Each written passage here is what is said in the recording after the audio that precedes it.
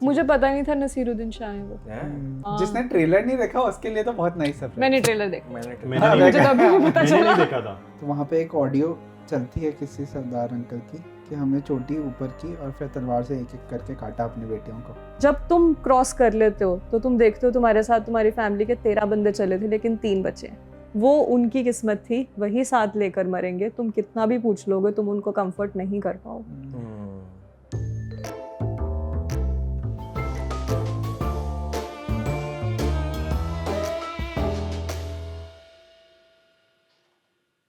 Movie का क्या नाम था?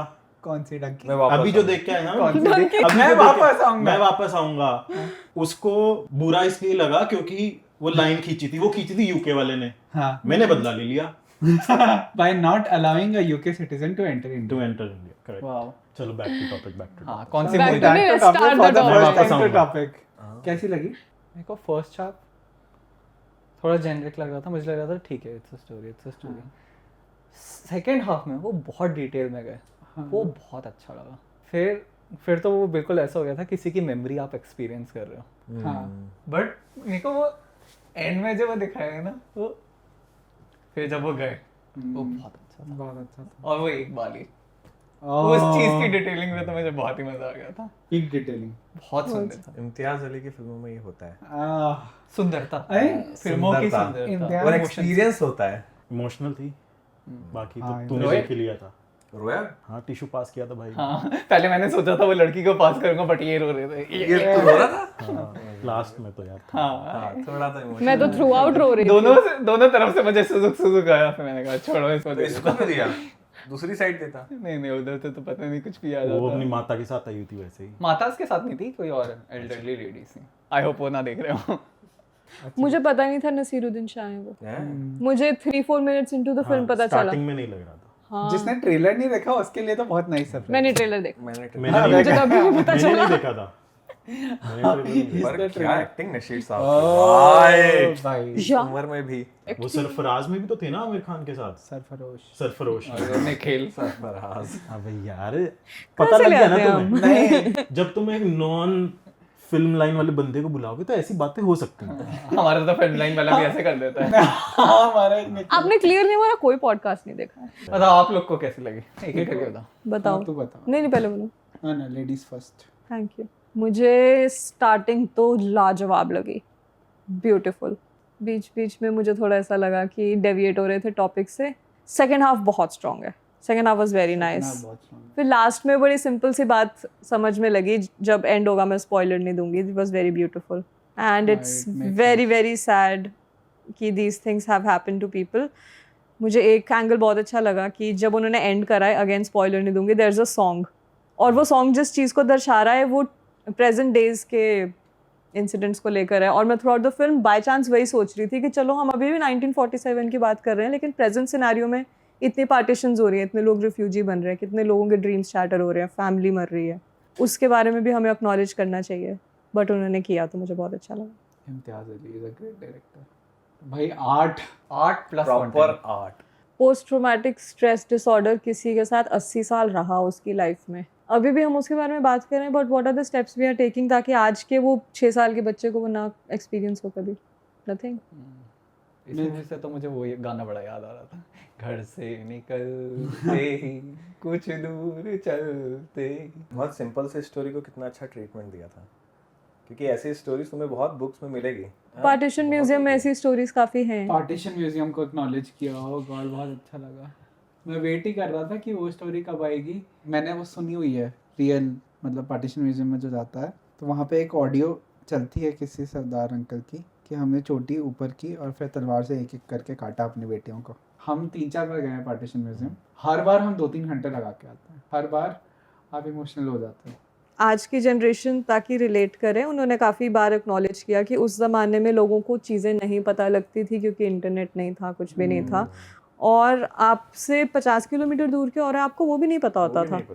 खबर फैलने में बहुत टाइम लग जाता था। हाँ, ना रेडियोज इतने एक्टिव थे, टीवी तो चलती नहीं थी। और जब ऐसी कोई न्यूज़ आती है जो इतनी तुम्हें इम्पॉसिबल लगती है तो वो तुम्हें absurd लगती है कि अफवाह होगी। उन्होंने स्टार्टिंग में ये भी बोला, अरे कोई अफवाह फैला रहा है, ऐसा थोड़ा होने वाला ऐसा है। थोड़ी ना हम छोड़ के चले जाएंगे, कोई जाता है क्या? हाँ। जब भी ऐसी कोई स्टोरी देखता हूँ या ऐसी मूवी देखता हूँ ना, जैसे मुझे भी बचपन के दिन याद आते हैं, हमें भी पुरानी चीजें याद आती, कॉलेज याद आता है हमारा। हमें तो चलो पास में कभी भी जा सकते हैं, और उनके लिए कैसा होता होगा कि वो पूरा शहर छोड़ के आ गए। वो तो इंडिया में एज ए रिफ्यूजी रहे हैं, उनके बच्चों ने सेटल कर लिया होगा, मतलब वो अच्छे स्टेबल हो गए होंगे, लेकिन उनकी लाइफ कैसी रही होगी कि बेचारे पूरी उम्र तक सिर्फ वही सोच रहे कि यार वहाँ पे वो गली हुआ करती थी, बचपन में मैं वहाँ कुछ खाया करता था। हाँ, मतलब वो तो देश के एंगल से ना सोच के, वो तो घर के एंगल से घर के एंगल से देश अरे वगैरह तो जो ठीक है। ये मतलब अमृतसर से जाते हैं जो गुरुद्वारे वगैरह, तो उनको यही उम्मीद होती है कि वहाँ पे चलो दर्शन तो होंगे ही होंगे, प्लस कोई ना कोई बंदे टक्कर देंगे, वहाँ पे बात करते हैं। अब तो नहीं इतने टक्कर देंगे, तो बहुत टाइम हो गया। हाँ मतलब जो मतलब 75 years करेक्ट, almost, वो भी और पॉइंट है। ज्यादा। मैं वही सोच रहा था, अब एक जनरेशन आ जाएगी जिन्होंने फर्स्ट हैंड एक्सपीरियंस नहीं किया होगा, सारी जनरेशन जाने वाली है। हाँ, बहुत ही स्ट्रॉन्ग इमोशन था वो। लास्ट ऑफ दैट जनरेशन ही है जो जिसने पार्टीशन एक्सपीरियंस किया होगा, मेरे को ऐसा लग रहा है। 10-20 साल और है वो जनरेशन, फिर तो किसी को पता भी नहीं चलेगा क्या हुआ था। फिर कहानियाँ हो जाएंगी। जितनी किताबों में है बस उतनी याद रहेगी, बाकी सब। और मैं तुम्हें एक चीज़ बताऊं, क्योंकि मैं नॉर्थ में रहती हूँ तो मैंने स्टोरीज काफ़ी सुनी है जैसे लोगों से, बट मुझे एक चीज़ अच्छी लगती है कि वो जनरेशन, मोस्ट ऑफ दो जो स्टोरीज मैंने सुनी है वो डिटेल्स में बात नहीं करते पार्टीशन के बारे में। या तो वो ट्रॉमा नहीं पास करना चाहते जनरेशन्स को, या वो इतना अनकंफर्टेबल है उनके लिए ही सोचना कि वो अपने, जैसे इन्होंने बहुत अच्छा बोला, वो उनकी किस्मत थी, वही साथ लेकर मरेंगे, तुम कितना भी पूछ लोगे तुम उनको कंफर्ट नहीं कर पाओगे। नहीं, मेरी बुआ बताती है क्योंकि वो राजपुरा में रही हुई है ना, तो वो पूरा एरिया ही ऐसा था जो रिफ्यूजीज का था, और वो उस वक्त का था, तो उनको बहुत स्टोरी फ्रेश सुनने को मिलती थी। जैसे पानी खत्म हो गया था तो लोग गीली मिट्टी को कपड़े में बांध लेते थे, फिर ऐसे करके ना सक्का करते थे उसको कि पानी निकलता रहे कंटिन्यूसली। घंटों चले वो मटके उठा उठा के कोई और ट्रेन तो नसीब भी नहीं होती थी ना तब आने के लिए, तो लोग भाग के आए थे। भाग के आए थे। और भाग के ऐसे आते थे कि ओपन फायरिंग होती थी। मैंने ऐसे सुना है स्टोरीज के अंदर, और पार्टीशन म्यूजियम में भी है, कि तुम्हें भागना है और इंस्ट्रक्शन होती थी पीछे नहीं देखना, क्योंकि सर्वाइवल ऑफ द फिटेस्ट, जो बच गया वो बच गया। तो तुम्हारी, जब तुम क्रॉस कर लेते हो तो तुम देखते हो तुम्हारे साथ तुम्हारी फैमिली के 13 बंदे चले थे लेकिन 3 बचे। ट्रेन नहीं पकड़ने का एक रीजन भी ये था कि वो कट के कटने लग आते गए थे। थे लोग, तो ट्रेन अवॉइड करते थे, पटरी के थ्रू भी आते थे। कुछ कोई अलग रास्तों से आता था, कुछ आता था। वो पटरी आज भी अटारी पे कि वो दिखाई थी कि ये यहाँ से ना इस जगह से सब लोग ट्रेनें जा रही थी, सब यही इंसिडेंट हुआ था पूरा ऐसी पटरी पे। वो तो अब तो खाली पड़ी है, तो इस तरह से हुआ था। इन्होंने एक और स्टोरी बहुत अच्छी बताई जो हमने पार्टीशन म्यूजियम में भी देखी थी, कि कितने लोग मतलब ढूंढते रह गए अपनी फैमिलीज को, बट उन्होंने बताया ना, मेरे दादाजी 18 साल तक रेलवे स्टेशन रोज जाते थे उस टाइम पे, इस उम्मीद में कि कोई उतर के आ जाएगा। That's what this film does. It makes you experience the trauma of partition first hand. उन्होंने देख लिया इम्तियाज ने कि भैया मेरे को पीरियड रोमांस दिखाना है, पंजाब के रीजन का दिखाना है, हाँ। उसमें मैं यूनिक स्टोरीज ढूंढ के लाऊंगा हर बार। 2-3 बार हो गया अब ये, पर हर बार इट पहले वर्क्स। कौन सा पंजाब का आया था? लावाजकल, चमकीला। चमकीला, चमकीला वाज गुड। उनका कुछ है पंजाब लव स्टोरीज, हाँ। थोड़ी सी इनकम्प्लीशन दोनों चीजों एक जगह नहीं वर्क की थी, व्हेन शाहरुख खान के मैं सरदार, where Harry met Sejal.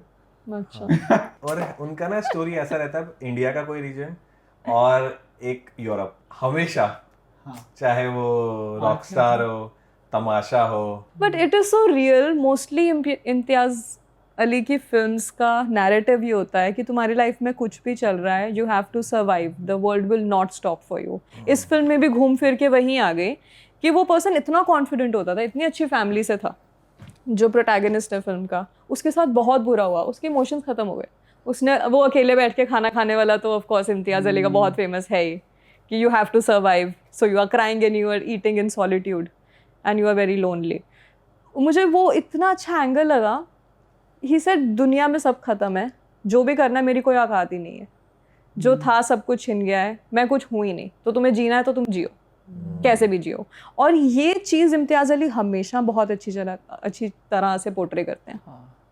First half में मुझे फील हुआ अच्छा, फीमेल की एक्टिंग अच्छी है, दिलजीत की एक्टिंग अच्छी है, मेल एक्टर्स अच्छे हैं, नसीर सर की एक्टिंग अच्छी है, पर मैं सेकंड हाफ तक तो बिल्कुल भूल गया था फिल्म में और एक्टिंग में ये चल रही थी। और एक्चुअली फिल्म हाइज भी तभी अटेन कर रही थी जब नसीर सर आ रहे थे फिल्म में। वो तो है ही, वो तो कमाल मतलब एक्टर वी है। वर मोर फोकस्ड कि वो क्या बोल रहे हैं कि हमें समझ में आ जाए कि भाई चाहे दिलजीत को समझ आ रहा है चाहे नहीं आ रहा, हमें आना चाहिए कि हम ही चले जाएंगे।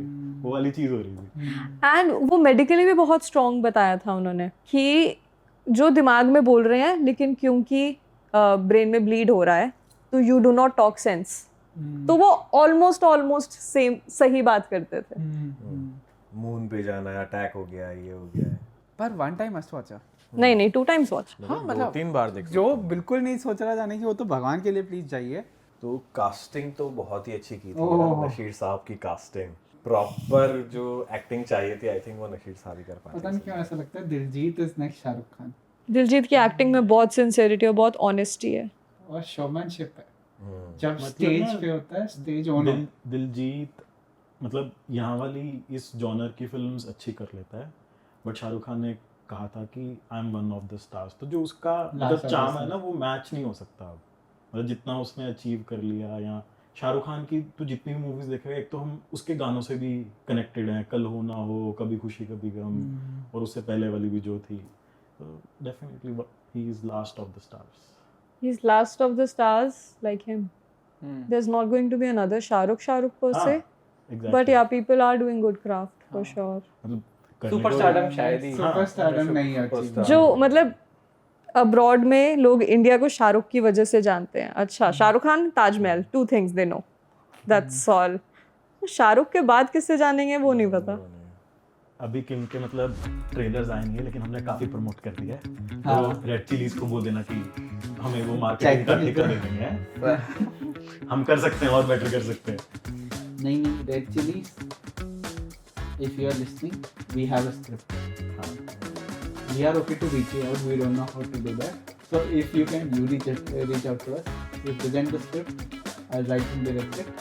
और इनको बता देना कॉन्ट्रैक्ट में मेरा नाम भी डालना है। मेरा घंटा।